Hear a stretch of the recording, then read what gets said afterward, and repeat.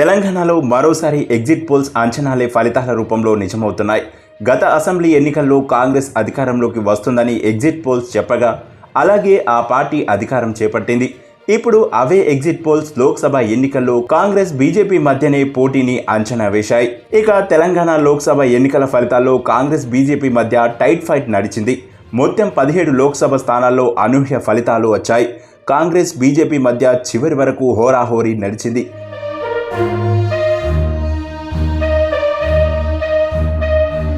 చెరో 8 స్థానాలను కైవసం చేసుకున్నాయి. ఇక ఎప్పటిలాగే మజ్లిస్ కంచుకోట హైదరాబాద్ను ఎంఐఎం దక్కించుకుంది.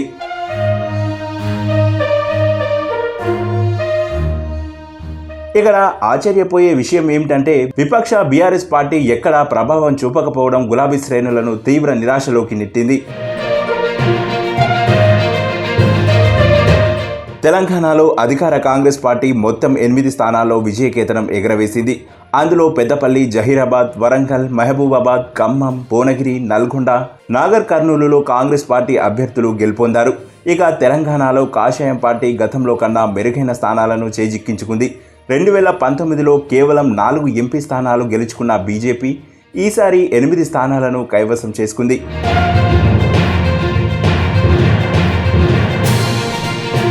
కరీంనగర్, మల్కాజ్గిరి, సికింద్రాబాద్, చేవెళ్ల, మహబూబ్ నగర్, ఆదిలాబాద్, నిజామాబాద్, మెదక్లో బీజేపీ అభ్యర్థులు విజయం సాధించారు.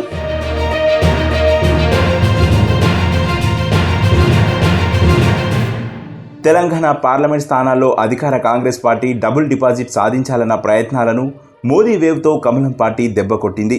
అనూహ్యంగా సీట్ల సంఖ్యను పెంచుకుంది బీజేపీ. గతంలో జంట నగరాలు, రంగారెడ్డి జిల్లాలోని సికింద్రాబాద్ ఎంపీ స్థానాన్ని మాత్రమే గెలుచుకున్న బీజేపీ ఈసారి సికింద్రాబాద్తో పాటు మల్కాజ్గిరి, చేవెళ్ల స్థానాలను సైతం కైవసం చేసుకుంది. ఇక హైదరాబాద్లో గట్టి అభ్యర్థిని బరిలో నిలిపిన ఎప్పటిలానే ఎంఐఎం తన పట్టు నిలుపుకుంది.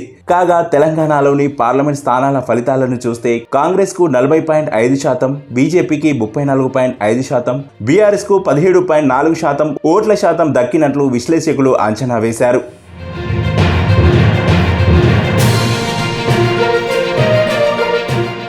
ఇక ఏ స్థానంలో ఎవరు గెలిచారో చూసుకున్నట్లయితే, ఆదిలాబాద్లో బీజేపీ అభ్యర్థి గొడ్డం నగేష్ 78,000కు పైగా ఓట్ల మెజారిటీతో విజయం సాధించారు. నల్గొండలో కాంగ్రెస్ అభ్యర్థి రఘువీర్ రెడ్డి 5,51,000 పైగా మెజారిటీతో విజయం సాధించారు. ఖమ్మంలో కాంగ్రెస్ అభ్యర్థి రఘురాం రెడ్డి 4,56,000 పైగా మెజారిటీతో విజయం సాధించారు.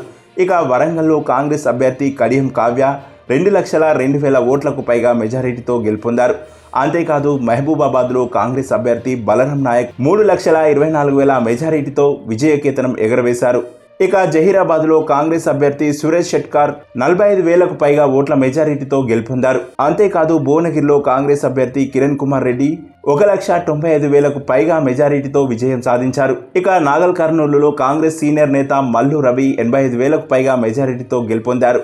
అంతేకాదు నిజామాబాద్లో బీజేపీ అభ్యర్థి ధర్మపురి అరవింద్ 1,27,769 ఓట్ల మెజారిటీతో విజయం సాధించారు. అంతేకాదు కరీంనగర్ లోక్సభ సీట్ నుంచి బీజేపీ నేత బండి సంజయ్ 2,12,000కు పైగా ఓట్ల తేడాతో గెలుపొందారు. ఇకపోతే పెద్దపల్లిలో కాంగ్రెస్ అభ్యర్థి గడ్డం వంశీకృష్ణ 1,31,000కు పైగా మెజారిటీతో విజయం సాధించారు.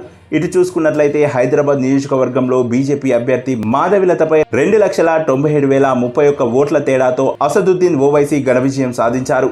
మెదక్ జిల్లాలో కాషాయం జెండా ఎగిరింది. రఘునందన్ రావు సమీప అభ్యర్థిపై అద్భుత విజయం సాధించారు.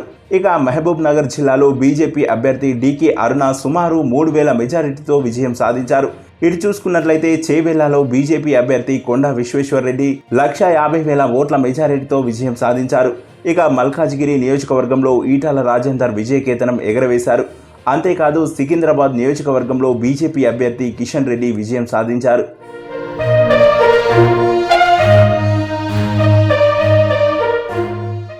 ఇలాంటి మరెన్నో ఇంట్రెస్టింగ్ న్యూస్ కోసం VS4 న్యూస్ ఛానల్ని సబ్స్క్రైబ్ చేసి పక్కనే ఉన్నటువంటి గంట సింబల్ని నొక్కండి.